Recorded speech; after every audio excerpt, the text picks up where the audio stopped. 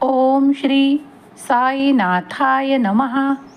मेरे प्यारे बच्चे, तुम जानते हो कि इन दिनों में तुम्हारी पीड़ाएं थोड़ी बढ़ रही है, लेकिन उसके लिए चिंतित मत हुआ करो, क्योंकि अब वो सारी पीड़ाएं समाप्त होने की ओर बढ़ रही है।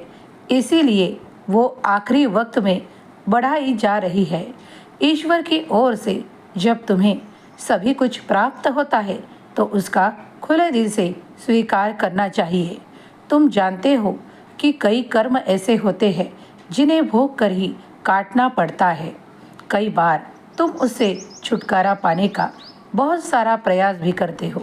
हर वक्त उसका विचार मन में लाकर अपने अलग अलग तरीकों से उन्हें मिटाने का प्रयास करते हो, फिर भी वो मिटती नहीं है। लेकिन वो तुम्हें भोग कर ही काटनी पड़ती है, यही सत्य है ना। अगर तुम बाबा की वाणी सुन रहे हो तो सुनो, अगर बाबा के संदेश तुम्हें सुनना पसंद है तो सुनो। लेकिन कभी कभी कर्म का फल मिलता ही है, वो अच्छे कर्म का हो या बुरे कर्मों का। अगर किसी को कुछ ऐसा कर्म हो जिसे काटना बड़ा मुश्किल हो रहा है तो उसे ईश्वर की सेवा करना शुरू करना चाहिए।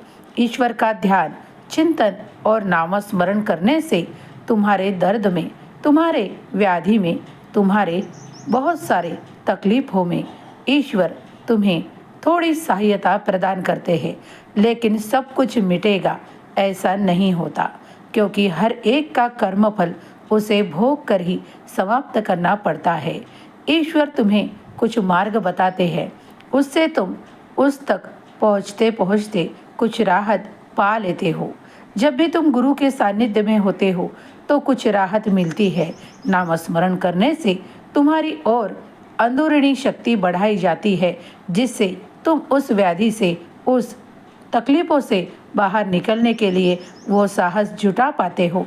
इसीलिए ईश्वर का ध्यान, चिंतन करना उतना ही ज़रूरी है। अपने कर्मों को काटते काटते तुम ईश्वर का ध्यान भी किया करो।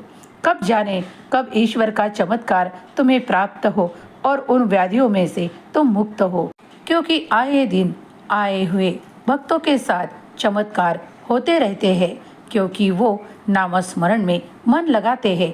ईश्वर का ध्यान, चिंतन एकमात्र साधन है, तुम्हें उन पीड़ाओं से बाहर निकालने का एकमात्र मार्ग है। इसीलिए अच्छे कर्म और ध्यान धारणा, नामस्मरण किया करो। खुश रहो।